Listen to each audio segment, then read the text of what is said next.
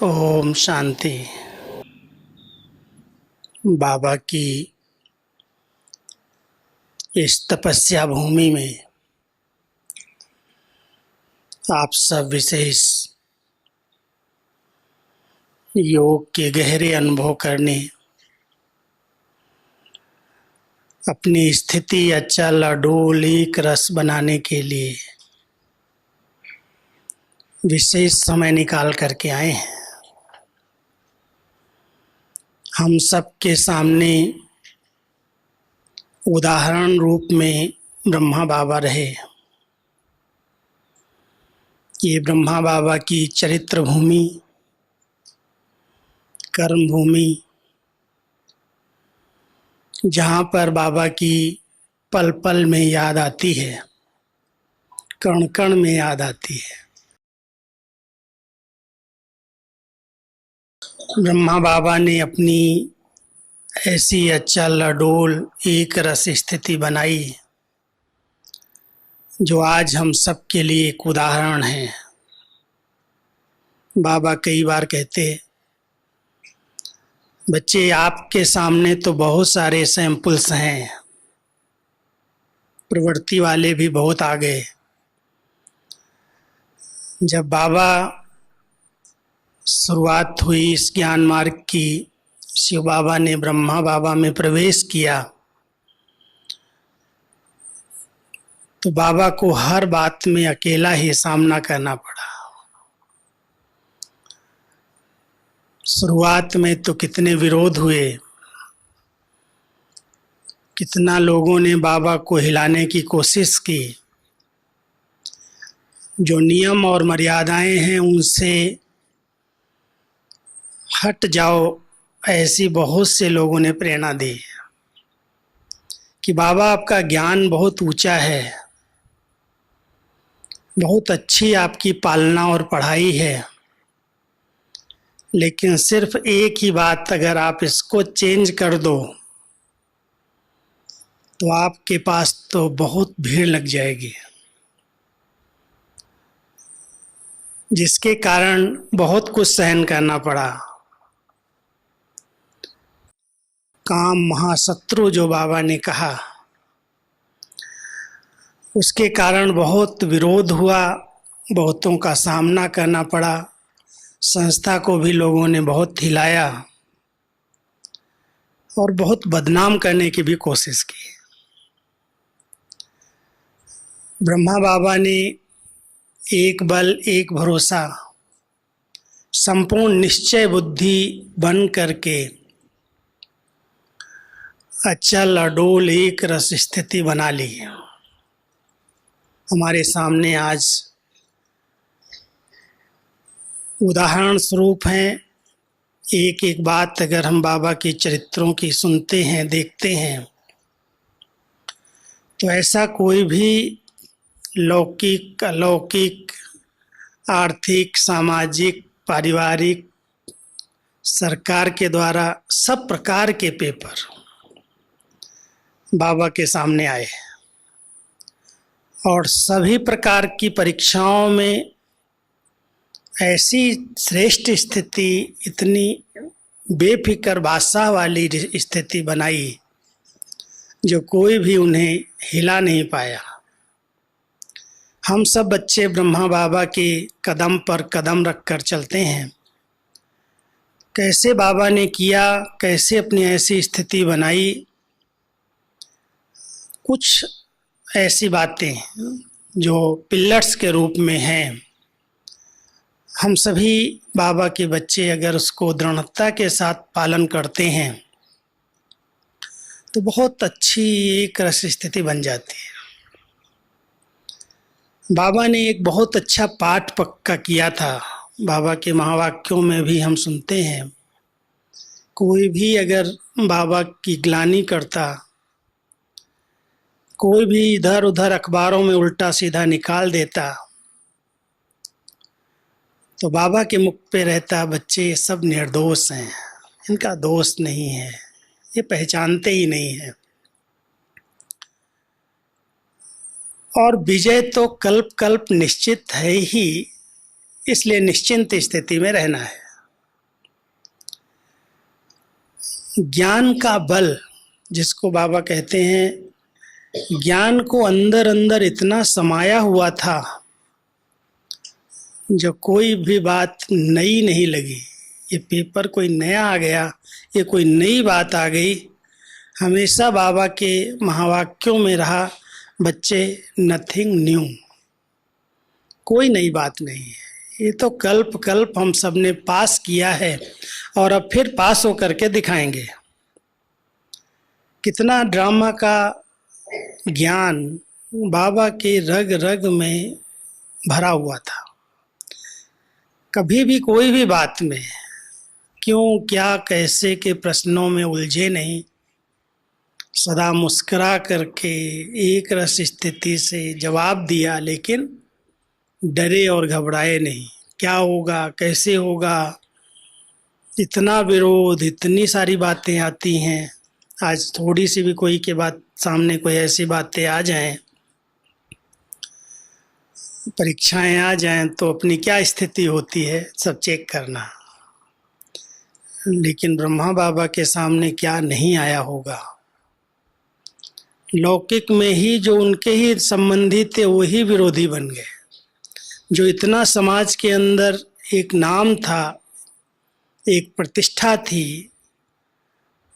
बाबा कई बार मुरली में बड़े रमणीकता से कहते हैं, बच्चे रास्ते चलते मैं ब्राह्मण फंस गया, वाट वेंदे वाभन पातो, सिंधी में कहते हैं, रास्ते चलते मैं तो फंस गया। मैंने तो कुछ नहीं किया, करण करावन हार बाबा करा रहा है, लेकिन लोग तो इसको ही सामने देखते हैं, इसलिए इसको ही गाली देते हैं। बच्चे कोई हर्जा नहीं, कलंगीधर तो बनना ही है, कलंक तो लगेंगे ही। कैसे कैसे पेपर्स को कितनी सरलता से, सहजता से बच्चों के सामने कभी भी ये नहीं दिखाया, बच्चे ये हो गया, ऐसा हो गया, इसने किया, उसने किया। खुद भी निर्भय निडर होकर के आगे बढ़े, एक रस स्थिति में रहे और सारे संगठन को भी उसी तरह से उमंग उत्साह से बढ़ा दिया। आज छोटी सी बात हो गई अगर किसी के पास, तो 10 लोगों को बता करके वायुमंडल को भारी करके खुद भी हलचल में आ जाता है और पूरे वायुमंडल को भी बिगाड़ देता। लेकिन बाबा ने उस समय भी कितनी परिस्थितियों को पार करते हुए अपनी स्थिति को बिल्कुल अचल अडोल बना करके रखा। 14 वर्ष तक, पहले 2 साल बहुत विरोध हुआ, लेकिन उसके बाद जब अलग आ गए, कराची आ गए, तो नए ज्ञान को, ज्ञानदाता को पहचानने का और उसके ज्ञान को समझने का बहुत सुंदर अवसर मिला। तपस्या भी की।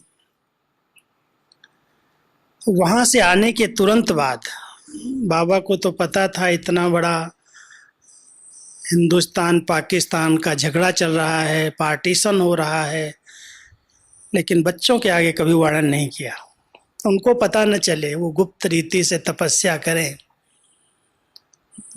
सब समाचार बाबा के पास आते थे, संबंधियों के फोन आते थे, लोग वहाँ से भाग रहे थे, सब सामान छोड़ करके भाग रहे थे, लेकिन बाबा ने किसी को भी कोई खबर नहीं दी। बच्चे निश्चिंत रहें, कोई भी संकल्प न चलाएं।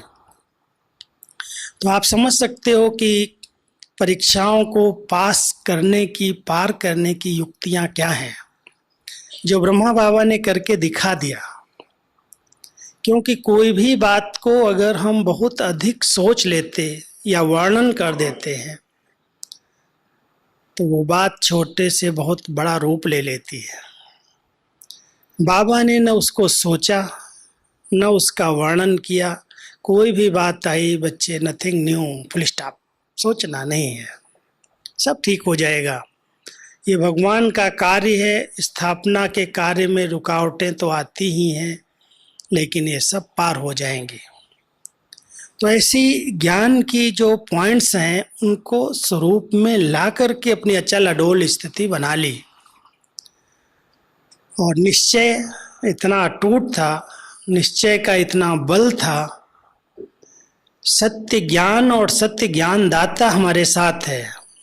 ये बहुत बड़ी अथॉरिटी है। सर्वशक्तिवान पिता का ये कार्य चल रहा है। सतयुगी दुनिया आनी ही है, उसको कोई रोक नहीं सकता। बाबा सदा साकार में भी वैसे ही निश्चिंत स्थिति में या चल अडोल स्थिति में रहे, और अव्यक्त होने के बाद भी बहनों माताओं ने सेवा संभाली। लेकिन उसके बीच में भी बाबा ने, अव्यक्त बाबा ने भी सब में इतना बल भरा, कोई भी परीक्षाएं आई, क्योंकि जब संस्था बढ़ने लगी, विस्तार होने लगा, तो और नए नए प्रकार के पेपर शुरू हो गए। उसमें भी बाबा की स्थिति देखने जैसी थी। हम लोग तो 45 साल बाबा के अंग संग अव्यक्त रूप में साथ रहे। बाबा शाम को आते, सुबह जाते, कितनी सारी बातें बाबा के आगे आती, सुनाई जाती। बाबा ऐसे हुआ, ऐसे हुआ, ऐसे हुआ, ये हो रहा है। बाबा बिल्कुल बेफिक्र मुस्कुराते हुए चेहरे से, बच्चे सब ठीक हो जाएगा, सब ठीक हो जाएगा। कभी ये नहीं कहा कि कैसा हुआ, क्या, क्यों हुआ, कहाँ से हुआ, कोई क्वेश्चन नहीं, सब ठीक हो जाएगा। इतनी एक वृत्तियों में शुभ वृत्ति, शुभ भावनाएं। एक दिन की बात सुनाता हूँ, बहुत सारी यज्ञ के अंदर बातें उठ रही थी, कुछ न कुछ, क्योंकि जब संस्था बढ़ती है तो आप समझते हो हर एक संस्कार वाली आत्माएं आती हैं। कोई कुछ छोटी भी गलती कर लेती है तो पूरे संस्था पर आँच आ जाते, सारे विद्यालय पर ही आ जाते। करता एक है, लेकिन बात तो अखबारों में, न्यूज़ में, इधर उधर उल्टी सीधी बातें, फिर इंक्वायरियाँ शुरू होने लगती हैं, ये होता, बहुत सारी बातें। एक बार ऐसी हुई तो थोड़ा सा हमारे संगठन के बीच में, बड़े भाई बहनों में भी ये बात थी, क्या किया जाए, ऐसे ऐसा हो रहा है। तो बाबा को बुलाया। उस समय ओम शांति भवन बन गया था। तो ओम शांति भवन में बाबा शाम को आए, हम सभी सामने बैठे थे, केवल मधुबन वालों को बिठाया गया और सब सेवाधारी वगैरह सब बाहर थे। तो अचानक बाबा मुरली चलाते चलाते रुक गए, और रुकते ही कहते हैं कि मैं उधर टाइप कर रहा था। जब बाबा बोलते तो मैं साथ साथ टाइप करता, उधर रिकॉर्डिंग हो रही थी। तो बाबा ने सबकी तरफ ऐसे देखा और कहा, रोक दो, नहीं टाइप करो, नहीं रिकॉर्डिंग करो। माइक तो नहीं हटा सकते बाबा का, क्योंकि बाबा का माइक हट जाएगा तो आवाज़ तो कोई सामने वाला भी नहीं सुन सकता। तो सबको बंद करा करके फिर हमने कहा पता नहीं अभी बाबा को क्या बोलना है। फिर सबको बुलाया, जो मुख्य लोग, बातें जो जिनके पास थी, पूरी कमेटी को ऊपर सामने बुलाया कि आप सब आ जाओ इधर। सबसे सुना, पहले सुन लिया, और जब सब ने अपनी अपनी बातें बाबा को सुनाई, बाबा ऐसे हुआ, ये अखबार में आया, ऐसा हुआ, बाबा मुस्कुराता रहा। और लास्ट में मुस्कुराते हुए कहता है, बच्चे, सवेरा जो आना है उसको कोई रोक सकता है? और इतना निश्चिंत होकर के बोला कि ये सब बातें आएंगी, खत्म हो जाएंगी, आप इसकी परवाह नहीं करो, कोई प्रकार की चिंता नहीं करो। सही सच्ची नाव जो है सच्चाई की, वो हिलती है, डुलती है, लेकिन डूबती नहीं है। इस निश्चय के आधार से आप अपनी स्थिति को अचल अडोल एक रस रखो। अगर एक रस स्थिति बनानी है तो ये पक्का रखना कि मैं सत्य की नैया में बैठा हूँ और मेरे पास अनुभव हैं। सुनी सुनाई बातों के आधार से हम ज्ञान में नहीं आए। कई बच्चे ऐसे होते हैं, माता पिता के साथ आ गए, कोई ने कह दिया, सुनी सुनाई में आ गए, देखा देखी में आ गए, वो हिल जाएंगे पेपर में। थोड़ी सी बात आएगी, मान लो आज आप भक्ति करते थे, बहुत अच्छी तरह से व्रत उपवास रखते थे, गुरुओं को मानते थे और ज्ञान मिलता है, तो धीरे धीरे उससे किनारा हो जाता है, छूट जाता है। तो लोग फिर कहते हैं कि देखना तुमने भक्ति छोड़ी, ऐसा हो सकता है, ये होगा, गुरुओं को छोड़ दिया, भावनाएं आपकी चेंज हो गई, कुछ न कुछ नुकसान हो सकता है।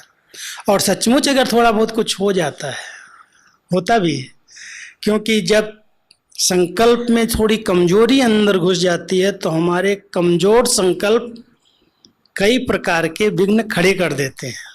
वैसे नहीं आता, लेकिन अगर अंदर से भावनाओं में कमजोरी आ गई तो सचमुच कुछ न कुछ हो जाता है, और जब हो जाता है तो नैया हिल जाती है। अब क्या करूं? तो थोड़ा भक्ति भी कर लो, थोड़ा गुरुओं को भी पूछ लो, थोड़ा इनको भी कुछ कर दो, ताकि हमारी नैया एक चलती रहे। तो कई दो नाव में पांव रख के चलना चाहते हैं, क्या हाल होगा उनका। इसलिए बहुत ध्यान देना। जब सत्य की नैया पर बैठ गए और आपको निश्चय हो गया पढ़ाने वाला कौन है, पढ़ाई क्या है, ज्ञानदाता कैसे ज्ञान दे करके हमको क्या से क्या बनाने आया है, जब लक्ष्य सामने है और लक्ष्य के प्रमाण हमारा पुरुषार्थ चल रहा है, उसके अनुसार हम कर्म कर रहे हैं, हमारा चरित्र ऊंचा उठ रहा है, तो कभी भी कोई के बहकावे में आकर के अपनी स्थिति को डगमग नहीं करना, हलचल में नहीं आना। बातें तो बहुत सारी बताने वाले, करने वाले, कहने वाले आएंगे, लेकिन अपनी अचल स्थिति, अपनी निश्चय की फाउंडेशन की इतनी मजबूती हो, जो कोई भी कोई बात कहे उसको बहुत हल्के रूप से ठीक है सुन लिया, बस वर्णन चिंतन नहीं करना। तब स्थिति ऐसे लगेगी सचमुच इनको कोई कितना भी कुछ कहता है, इनके ऊपर कोई प्रभाव ही नहीं पड़ता, कुछ जैसे असर ही नहीं होता। तो निश्चय का फाउंडेशन, और साथ साथ बाबा कहते हैं बच्चे कोई भी बात आती है बाबा से मांगने की बजाय मदद करो, हिम्मत दो। हमेशा बाबा कहता है हिम्मत का एक कदम आप बच्चे आगे बढ़ाओ, हिम्मतहीन कभी नहीं बनना। हिम्मत इस ब्राह्मण जीवन की श्वास है, और अगर श्वास ही निकल गई, हिम्मत ही नहीं रही, तो मंजिल को हम कैसे पाएंगे। इसलिए परमात्मा पिता हम सब बच्चों को कहते हैं बच्चे हिम्मत, एक कदम भी हिम्मत का अगर आपने रखा आगे, तो 1000 गुना मदद आपको बाबा देने के लिए बंधा हुआ है। इसलिए परीक्षाओं में, कोई भी बातों में हिम्मत न टूट जाए, हिम्मतहीन न बन जाए, इसका ध्यान रखना। सत्यता के फाउंडेशन को खूब मजबूत करो। सत्य ज्ञानदाता ने पहली सत्य बात हम सबको बताई, आप एक चैतन्य शक्ति आत्मा है, और ये आत्मिक ज्ञान, आत्म स्वरूप की स्मृति जो हमें देह अभिमान से मुक्त कर देती। कई प्रकार के विकारों पर हम सहज इस अभ्यास से जीत प्राप्त कर रहे हैं। अगर इस सत्य बात को हमने समझ लिया तो सत्यता के फाउंडेशन को कोई भी हिला नहीं सकता। कोई भी परिस्थिति आए, आप अपने सत्य स्वरूप में स्थित हो करके उसका सामना करें। मैं आत्मा सत्य स्वरूप में एक ज्योतिर्बिंदु हूँ, मैं अजर हूँ, अमर हूँ, अविनाशी हूँ, और मेरा पिता सत्यता का, गॉड इज ट्रुथ, सब सत्य का खजाना उसके पास है, उसकी मैं संतान हूँ। तो जब सत्य स्वरूप में हम स्थित रहते हैं तो सत्यता एक बहुत बड़ी अथॉरिटी है। कहा जाता है सच तो बिठो नच, सच्चे हो तो डांस करो खुशी में, डरने और घबराने की कोई बात ही नहीं है। लेकिन इस निश्चय को पक्का करो कि जिस मार्ग पर हम सब चल रहे हैं, ये सत्य मार्ग मुझे मनुष्य से देवता बनने के लिए है। हम सब इसीलिए इसी पथ के राही हैं। ध्यान रखना, कभी भी चलते चलते इस साम्राज्य के अंदर, माया के साम्राज्य के अंदर, कोई भी माया की अधीनता के अधीन नहीं हो जाना। क्योंकि बहुत सारी बातें, मायावी राज्य में सबसे बड़ी आज धोखा देने वाली बात जो भ्रष्टाचार के रूप में है, लोभ, लालच। कई बाबा के बच्चे बाबा के बनने के बाद भी पैसे का मोह नहीं छोड़ पाते, उसके पीछे बहुत सा समय, बहुत सारी एनर्जी और हेरा फेरी, झूठ सच जो वो चलता है। पूछते हैं क्या करना चाहिए, बड़ों से पूछते हैं, बाबा से भी पूछते थे, तो बाबा एक सही राय यही देते, बच्चे अपनी सेफ्टी फर्स्ट, कई कहते हैं करना पड़ता है, क्या करूं समाज ऐसा है, हम नहीं करते हैं तो लोग हमको ड्यूटी से निकाल देते हैं, नौकरी से निकाल देते हैं, तो उनके साथ मुझे करना पड़ता है। बाबा कहता है जो करना पड़ता है ये कह रहे हो, उसके पीछे उसकी रिजल्ट का ख्याल खुद करो। अगर गलत परिणाम निकला तो ये नहीं कहना बाबा ने तो हमें बताया ही नहीं। अपनी सेफ्टी फर्स्ट।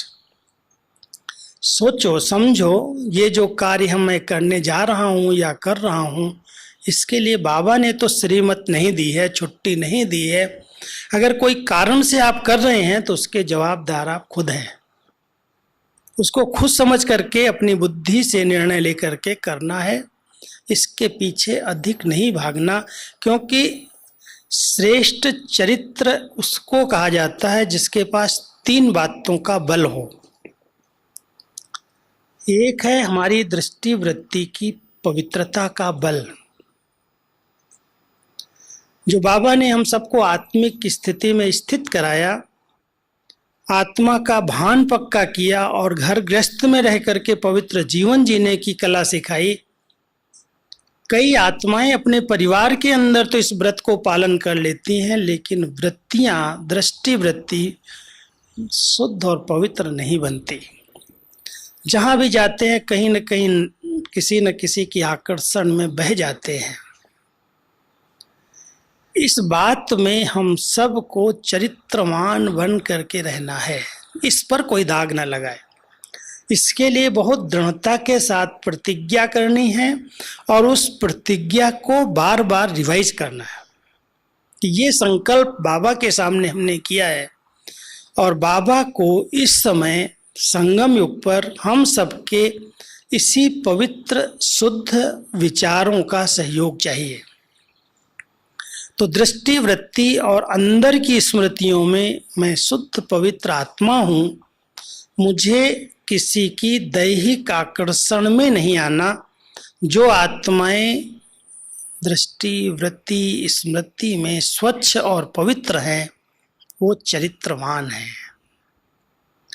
ऐसी चरित्रवान आत्माएं जिनका चरित्र का बल है, उनका फाउंडेशन बहुत मजबूत है। कुछ भी हो, न डरेंगे, न घबराएंगे, न हिलेंगे।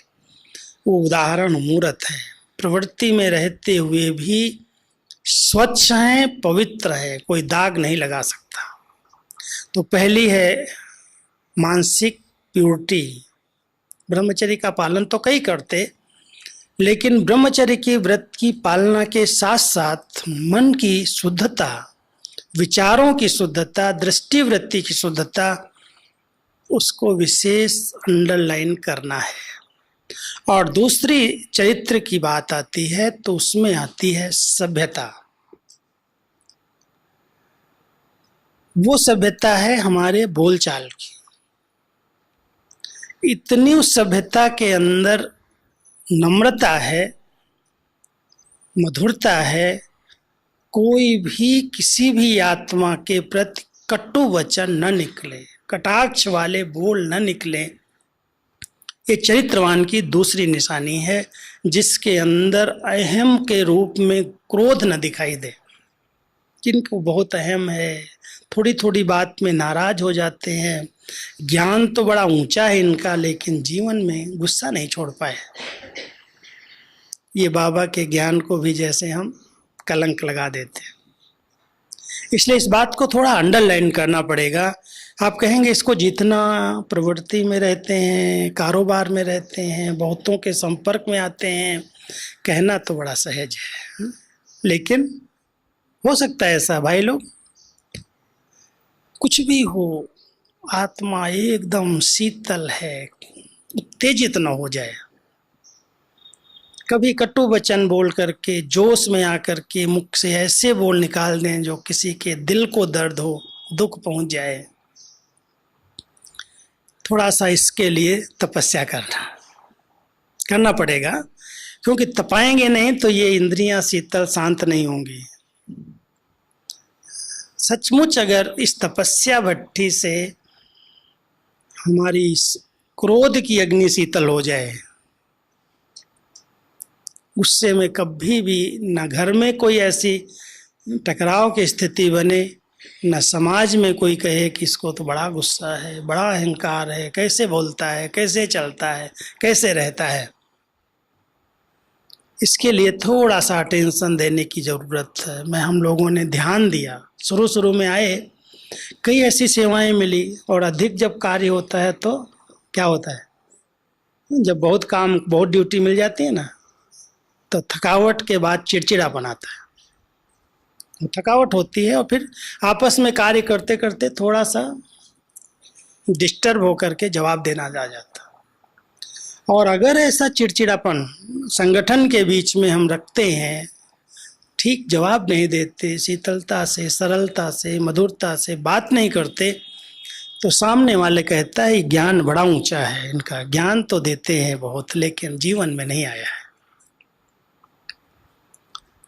इस पर बहुत अटेंशन, मैंने तो इस पर बहुत अटेंशन दिया। कुछ भी हो जाए, मुझे अपने जबान को डिस्टर्ब नहीं कर, कोई ऐसे शब्द नहीं निकालने, कुछ भी हो जाए। और इसमें बहुत अच्छी सफलता मिली है। इसलिए मैं समझता हूँ कि आप सब इस भट्ठी से अपनी स्थिति अचल बनानी है ना, एक रस बनानी है। कोई कुछ भी कर रहा हो, नुकसान भी हो जाए, हो गया।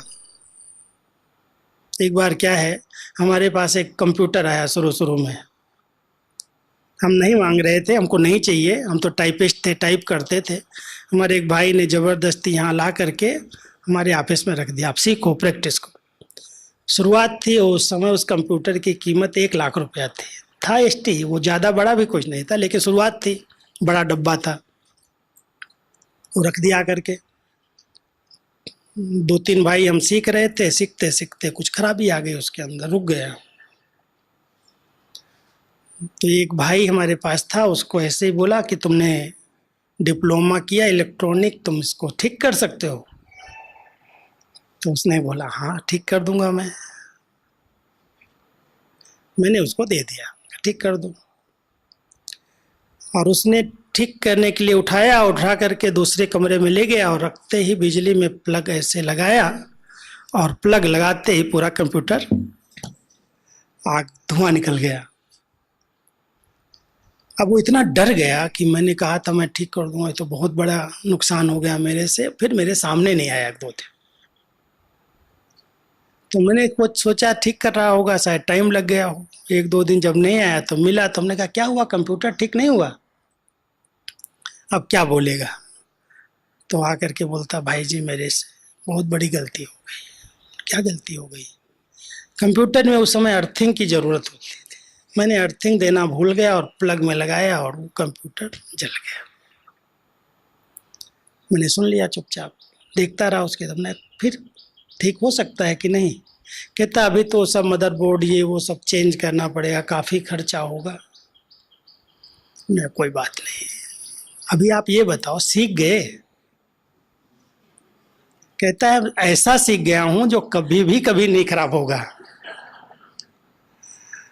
और आज जितने मधुबन के कंप्यूटर ठीक होते हैं, कभी कोई के खराब हो जाते हैं, अभी भी वही ठीक करता है। मैंने एक शब्द भी उसको नहीं अपशब्द बोला। क्या किया तूने, नुकसान कर दिया, यज्ञ का चला गया। कहा बाबा एक देता है दूसरा भी दे देगा, मैं क्यों अपनी स्थिति खराब करूं? ऐसी कई बातें आती हैं संगठन के बीच में, लेकिन मैं अपने आप को डिस्टर्ब ना करूं। कहाँ नहीं होगा, संगठन है, ये सब प्राकृतिक चीजें हैं, विनाशी चीजें हैं, आज हैं कल खत्म होने वाली हैं। बाबा कहता है दुनिया ही खत्म होने वाली है। आज 1000, 10,000, 20,000 की कोई चीज चली गई। एक बार प्रिंटर था मेरा, ऐसे ही रुक गया, उसी समय आया था 65,000 का, रुक गया। 2 दिन मैंने मुरली बंद कर दी, मुरली डिपार्टमेंट में मुरली नहीं गई। हमने कहा जब तक ठीक नहीं होगा, ठीक करा के ही फिर शुरू करूंगा। 2-3 दिन जब मुरली नहीं छपी, दादी जी के पास कंप्लेन चली गई, मुरली नहीं प्रिंट हो रही है, मुरली मिली नहीं बन करके।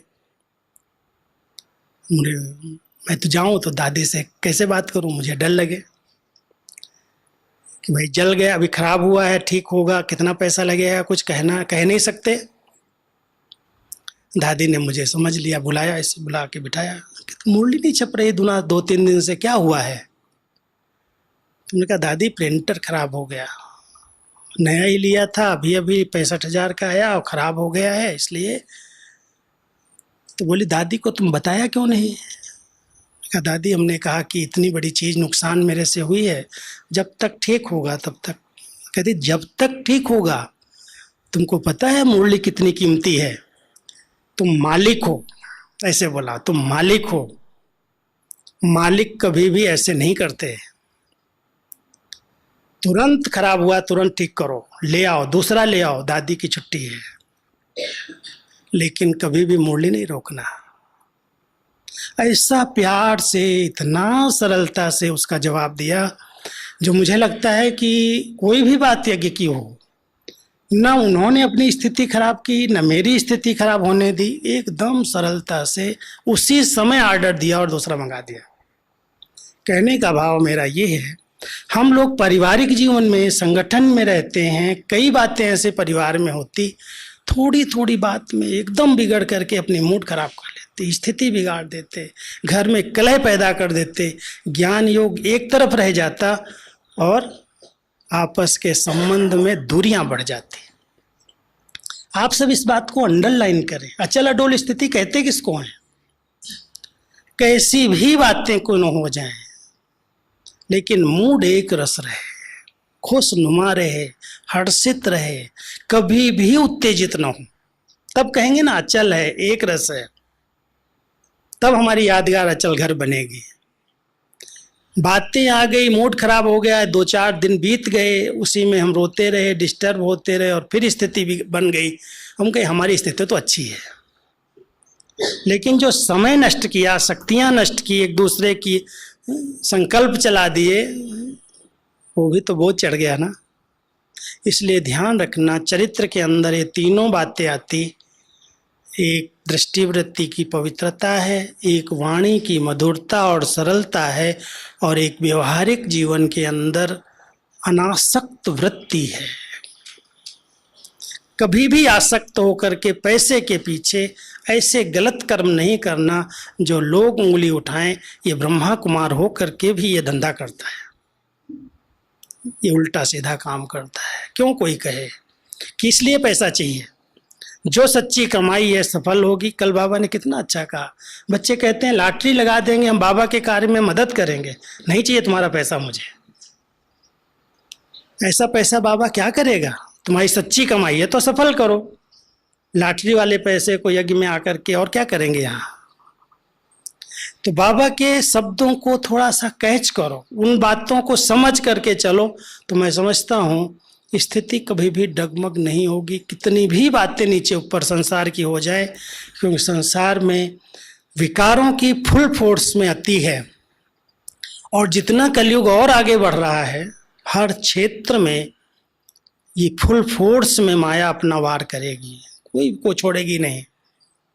अगर कच्चे पक्के ज्ञानी होंगे तो भी हिल जाएंगे। बहुत मजबूत फाउंडेशन चाहिए, और उसमें एक और फाउंडेशन इसके साथ साथ आता है, वो है योग का बल। जैसे ज्ञान का बल है, ऐसे योग का बल। सबसे बड़ा हथियार है योग। मानसिक असंतुष्टता, डिस्टरबेंस, कई ऐसे लोग हैं जो घर गृहस्थ में रह करके एक दूसरे में ईर्ष्या के कारण, वैर के कारण, थोड़ा सा जेलसी होने के कारण कुछ न कुछ उल्टा सीधा कर और करा देते हैं। और आजकल की लास्ट एक विद्या चल रही है जिसको कहते हैं तंत्र मंत्र की विद्या, बड़ी खतरनाक है। और इस विद्या के पीछे कोई चला गया वो कभी भी अपनी स्थिति नहीं बना सकता। इसलिए ध्यान देना, एक बल एक भरोसा। जब हम भगवान के बच्चे बन गए तो भगवान हमारा साथी है, वो हमारा रक्षक है। इन चक्करों में हमें नहीं जाना चाहिए। और अगर कोई कर रहा है तो हम योग को ऐसा बढ़ाएं, योग का ऐसा किला बनाएं जो उस योग के किले को कोई भी व्यक्ति छेद करके अंदर न घुस सके। मजबूत किला होना चाहिए। अगर कई बार ऐसे होता है जब कोई किसी पर कर देता ना तो उसका योग नहीं लगता, उसका मन तो डिस्टर्ब हो गया। परहेज करके अगर कोई चल रहा है, जो बाबा के बताए हुए नियम हैं, खान पान के हैं, संग के हैं, इधर उधर आने जाने के बहुत सारे नियम हैं बाबा के, अगर उन नियमों को कोई दृढ़ता से पालन करे तो उसके ऊपर कोई प्रभाव नहीं पड़ता। थोड़ा सा लूज है, बहन जी ये तो अनटच है ना, खाने में क्या जाता है, आजकल सब मशीनों से बन रहा है, बिस्कुट दे रहा है, कोई खा लिया, आइसक्रीम खा लिया, हम कहते सब ज्ञान में अभी चल गया, पहले नहीं चलता था, अभी चल गया है, ये भी ज्ञान में चलने लगे। थोड़ा सा लूज, चलो फैक्ट्री से लेके खाया किसी ने, अलग बात हो गई, लेकिन जो संबंधों में एक दूसरे को खिला पिला करके, तंत्र मंत्र करके, इधर उधर करके एक दूसरे को फंसा रहे हैं, इससे बहुत सावधान रहना, इससे मानसिक स्थिति बिगड़ जाएगी। आवश्यक इस समय है हम इन नियमों को दृढ़ता के साथ पालन करें। नहीं खाना है, नहीं पीना है तो माना नहीं, फल लिया अलग बात है, लेकिन कोई ऐसी चीजें कोई बनी हुई हाथ की खिला देते हैं तो उसमें कभी न कभी कुछ न कुछ प्रभाव पड़ते हैं। तो हम सब संगठित रूप में योग का अभ्यास करें, और विशेष करके अगर कोई ऐसी बात किसी के साथ दिखाई देती है तो हमारे सेवा केंद्रों पर कुछ ऐसे भाई बहनों का संगठन योगियों का होना चाहिए। टीचर्स बहनें भी इस पर ध्यान दें। कोई आत्मा परवश हो गई, अधीन हो गई, वो नहीं कर सकती योग, तो उस आत्मा को उससे मुक्त कराने के लिए ऐसा एक ग्रुप हो जो पर चर्चा, पर चिंतन, पर दर्शन से मुक्त हो। ये नहीं सोचे ऐसा क्यों हुआ, किसने किया, कहाँ किया। मुझे जैसे बाबा एक मिसाल देता है, जब कहीं आग लगती है तो फायर ब्रिगेड वाले ये नहीं सोचते आग किसने लगाई, कहाँ से लगी, किसने कब हुई, वो तो फटाफट बुझाने के लिए दौड़ते हैं। पहले उसको बुझाते हैं, फिर उसकी इंक्वायरी होती रहे भले। अगर कोई ऐसी बात हो गई तो ऐसे योगी बच्चों का 10-12 का एक संगठन हो कि चलो आज हम 2 घंटा इस आत्मा की कल्याण के लिए, इसको इस परिस्थिति से निकालने के लिए योग करते हैं। बैठ जाएं 2 घंटा। संगठन को मजबूत करने के लिए हम सबके पास एक छोटा सा ऐसा ग्रुप अवश्य होना चाहिए। कोई संस्कार है, कभी विकारों का संस्कार, ये स्थूल में भी कई आत्माएं संस्कारों के अधीन हो जाती, कई सूक्ष्म शक्तियों से डिस्टर्ब हो जाती, तो हम सब का कार्य है अपनी श्रेष्ठ मनसा द्वारा ऐसे समय पर सहयोग देना, मदद करना, और अपने लिए विशेष जो बाबा ने हम सब की उन्नति के लिए नियम बना करके दिए हैं, अधिक समय न निकालो भले, लेकिन अमृत वेला और नुमास शाम का समय, जो बाबा कई बार भी साकार मुरलियों में 3-4 दिन से कह रहे हैं, 8 घंटे के योग को पक्का करो।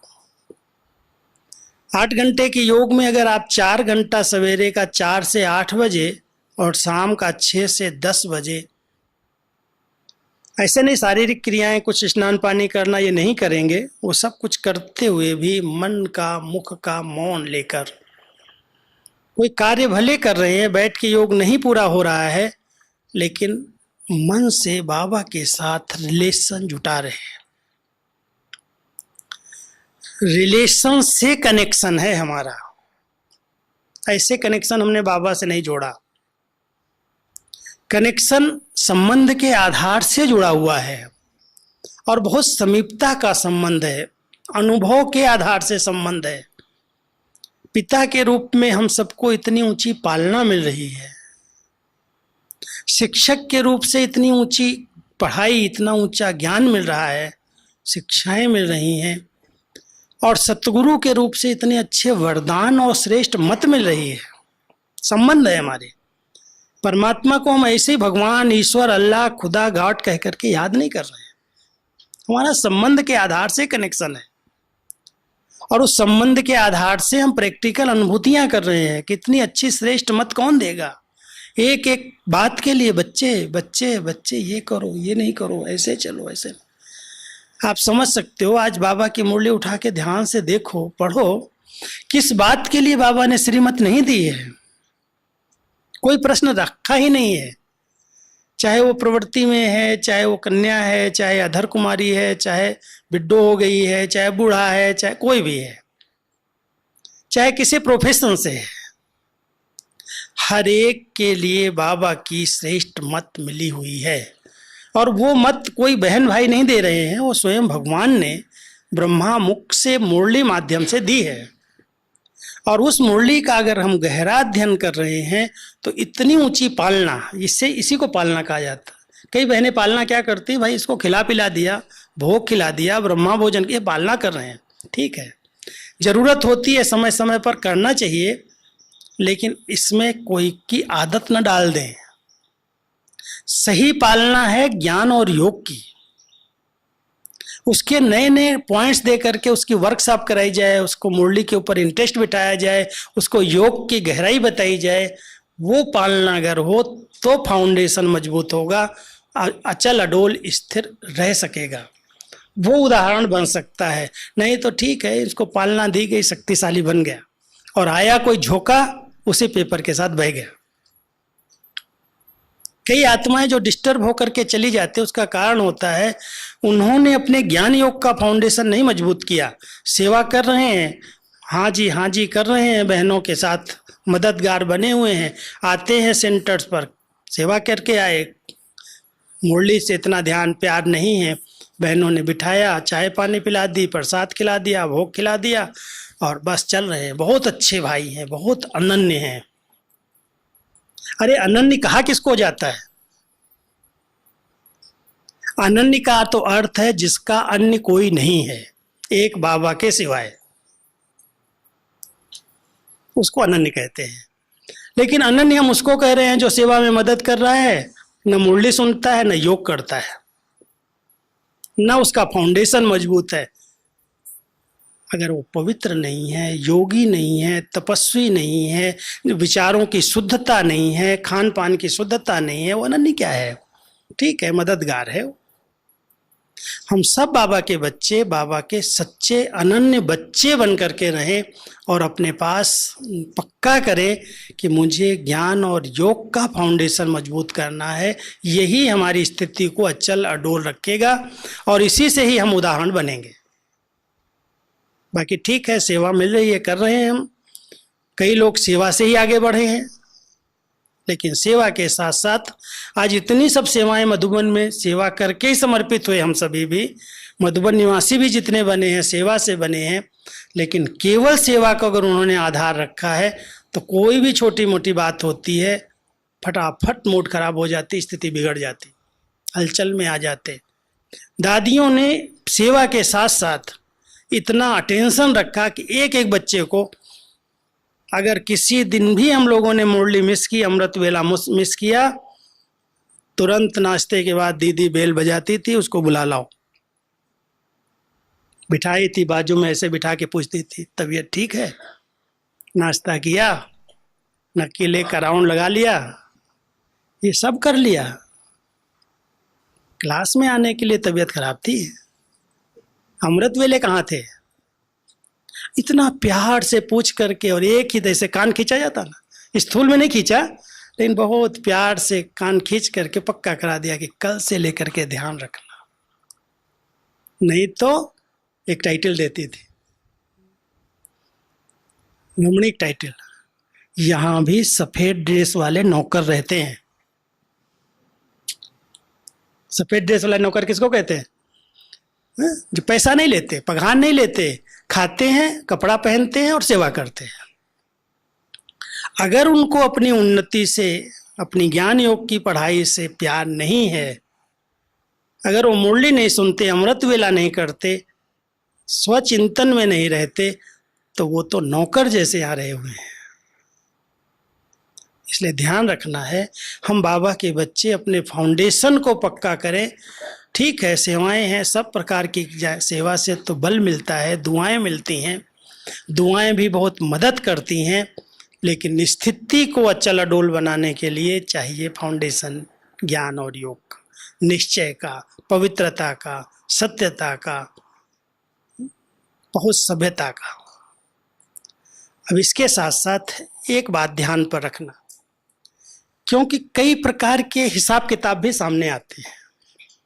ये हो गई हमारी फाउंडेशन की बातें, लेकिन कुछ ऐसे पिछले अनेक जन्मों के हमारे हिसाब किताब हैं, अगर हमने योग अग्नि में उनको चुकतू नहीं कर पाया है तो शारीरिक भोगना के रूप में आ रहे हैं। उसमें बहुत सारी आत्माओं की स्थितियां हिल रही हैं, डगमग हो रही हैं, और कई बार कई संस्कार अचानक इमर्ज हो जाते हैं, न चाहते भी सोच नहीं सकते कि ऐसा इसके साथ क्यों हुआ।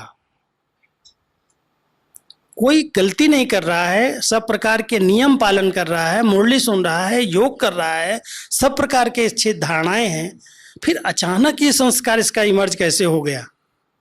वो पास्ट का हिसाब आ गया। अब उस पास्ट के हिसाब को समाप्त करने के लिए, परिवर्तन करने के लिए, उसमें हमारा फाउंडेशन न हिले, उसके लिए बहुत धैर्यता की जरूरत है।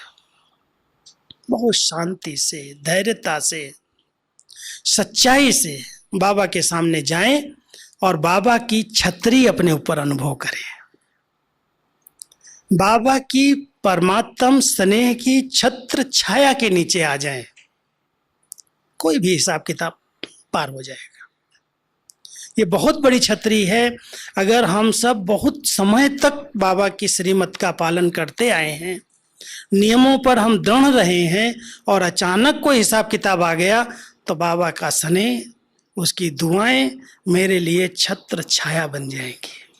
मैं तो ये अनुभव करता हूँ कि अगर कोई ऐसी अचानक की कई अच्छी बीमारियां आ जाती हैं, चलो छोटी मोटी बीमारियां तो खाने पीने, हवा पानी के चेंज होने से आती, वो तो ठीक हो जाती, लेकिन अचानक कोई निकल आए बड़ी बीमारी तो कहते इसका कोई पिछला हिसाब किताब आ गया।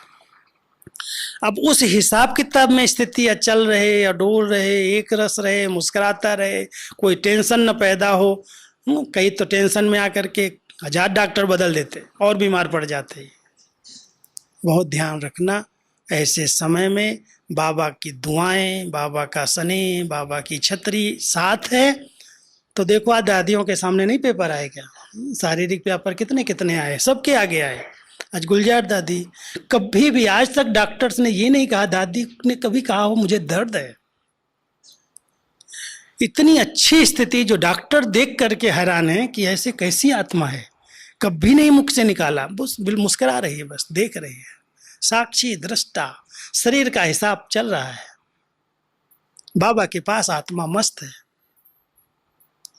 इतनी सब आत्माओं की दुआएं हैं, बाबा की दुआएं हैं, उस आत्मा ने उस हिसाब को सहज पूरा किया है।